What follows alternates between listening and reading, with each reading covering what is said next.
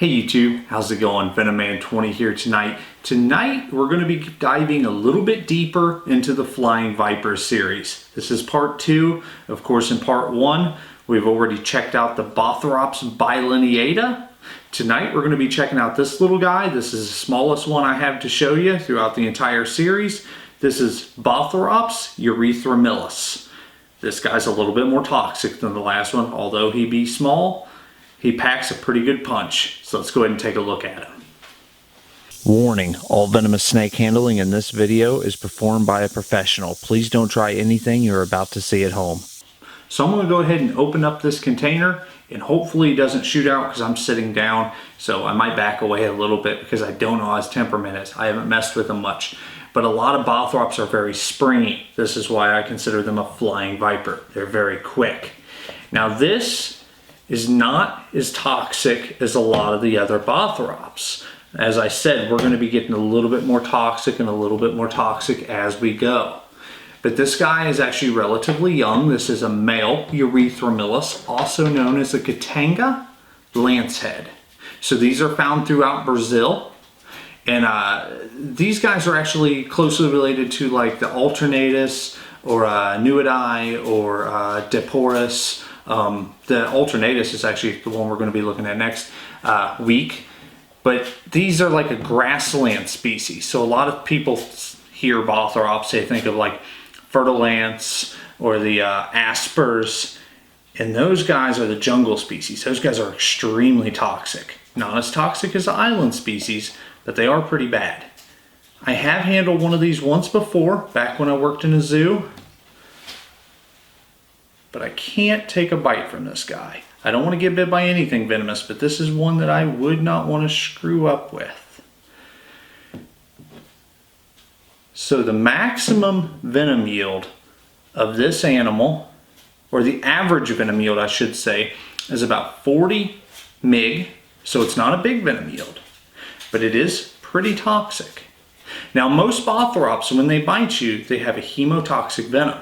So it actually attacks the flesh and the blood, and it just destroys it. I mean, you get pretty bad necrosis and major swelling at the bite site, and you end up losing a lot of tissue very quickly. This guy, the erythromilus, has a tendency to not have nearly as significant of a localized issue, but they still are very potent. They're not anything that you want to screw up with, for sure. Now, this is a very small snake. This is a very young animal, but they don't get very big. You know, average adult size, I do believe, is about 22 inches. So it's a pretty small snake. I'm actually going to scoot in my secondary camera to get a little bit of a close-up. There we go. But this is a male. As I said, I'm actually looking for a female because I don't have a mate for this animal. So if you know anybody, I know it's a rare snake. You probably don't know anybody, but if you do, leave a comment. I need the female. But that's beside the point. These guys are pretty awesome. So erythromilus, Bothrops. Bothrops are the fertilance, the venomous pit viper from South America, of course. One of the most feared venoms on earth this snake contains. But this snake right here, urethra, actually means, not urethra, bear with me, urethro, like erythromilus.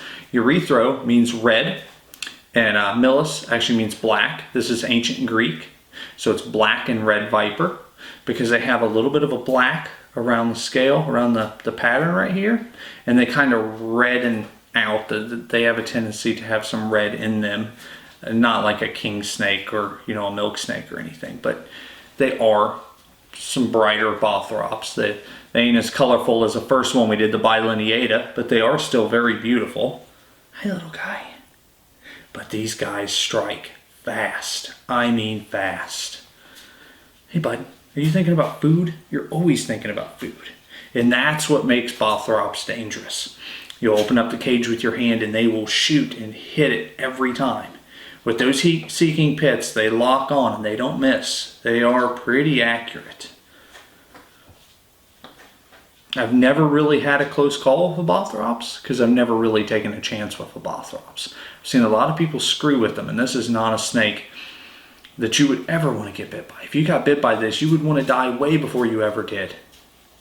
But these snakes aren't demons. As you see, he's not coming at me. You know, I can sit here and hang out and talk to you guys and not worry too much about what he's doing.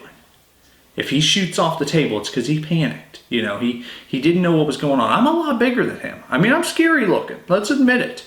You know? So, you are coming right up on that lens, aren't you? Too bad I didn't really get that. But, would have been cool if it did. Hey, come back here. Where are you going? Don't be getting quick on me. Don't be getting spazzy. Now, a lot of Bothrops have a tendency to run.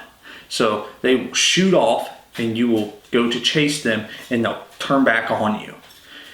So in my opinion, if they run, don't chase them. Like, these guys, they're quicker than you. They just are. They're very, very, very, very quick. Like, not necessarily mamba quick, but when it comes to striking, yes, I would say faster than a mamba. But like on flat ground, no, not as quick as a mamba. Let's get real. Those guys are insane. But very cool. If I'm not telling you a lot of information about the snake, it's because I don't know a lot of information. The textbooks that I have about Bothrops and the Western Hemisphere venomous snakes, a great little book to read. Little, it's huge. But it doesn't have a lot of information. There isn't a lot of information on this species. They live inside a relatively small range in Brazil, and there's just not a lot of information. As far as fatalities from bites, I don't know. I mean, I know they have the potential to kill you. I don't know how many people they have, you know. Just from working with them, I understand that they're fast. The fact that they're in the Bothrops family, I understand that they're fast. But that's about all I can tell you, really. I know where they're from, and that's about it. So, hopefully, I know until the next video, I know quite a bit more about the next 3 species I'm going to be showing you guys. Like I said, we're going to progressively get just a little bit crazier, a little bit faster. This guy is not, he's being really good. I'm very proud of him. But typically these guys just stay coiled up and just sit there. They're ambush predators. They're very quick, very quick. On the next one or the next 2, I might have to feed them a little something just to show you the actual speed. I'm going to have to slow-mo a lot of the footage because there's no way you're going to be able to see it. The strike is just insane. Every time I see it, I'm like, whoa. I've got to be careful. Like, these guys are fast, but beautiful.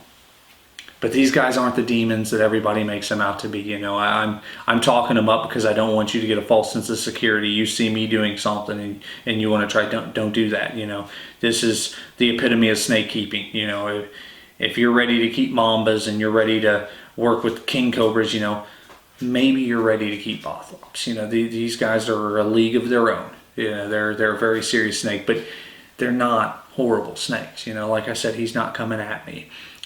Their venom is actually used in the medical field for a lot of purposes. The number one being the Bothrops jararaca or Jararaca sioux. Is their venom is actually used for high blood pressure medication. So my grandma wouldn't be alive today if it wasn't for that snake. You know, horrible venom, very, very toxic venom. Would never want to get bit by that species. Yet they've saved more lives than they'll ever take. You know, it's an amazing discovery. And, you know, I believe many species have the capability of healing. You know, their venom, if you isolate the different proteins, there's a lot that we can really get out of these animals. But you have to stop killing them long enough to discover all the good that they truly do. You know, a lot of people just see a snake and they're terrified and they kill it. And it's a real shame. Dr. Brian Fry says it best. What if you just killed the one animal that could save your life, or save your grandma's life, or save your wife's life that's laying us at the hospital bed in your front yard because you was afraid of it? It wasn't hurting nothing. It was just sitting there. But you decided to kill it, and that was the one thing. You know, southern copperhead venom is a great example. It's actually being used in the treatment for breast cancer right now. There's a protein that, from my understanding, it attacks the breast cancer and brain cancer cells. So if we can figure out exactly how to use that, you know, that could be the cure. Everybody supports Breast Cancer Awareness Month. That's great, but you've got to support the copperhead. You know, southern copperhead's a great snake.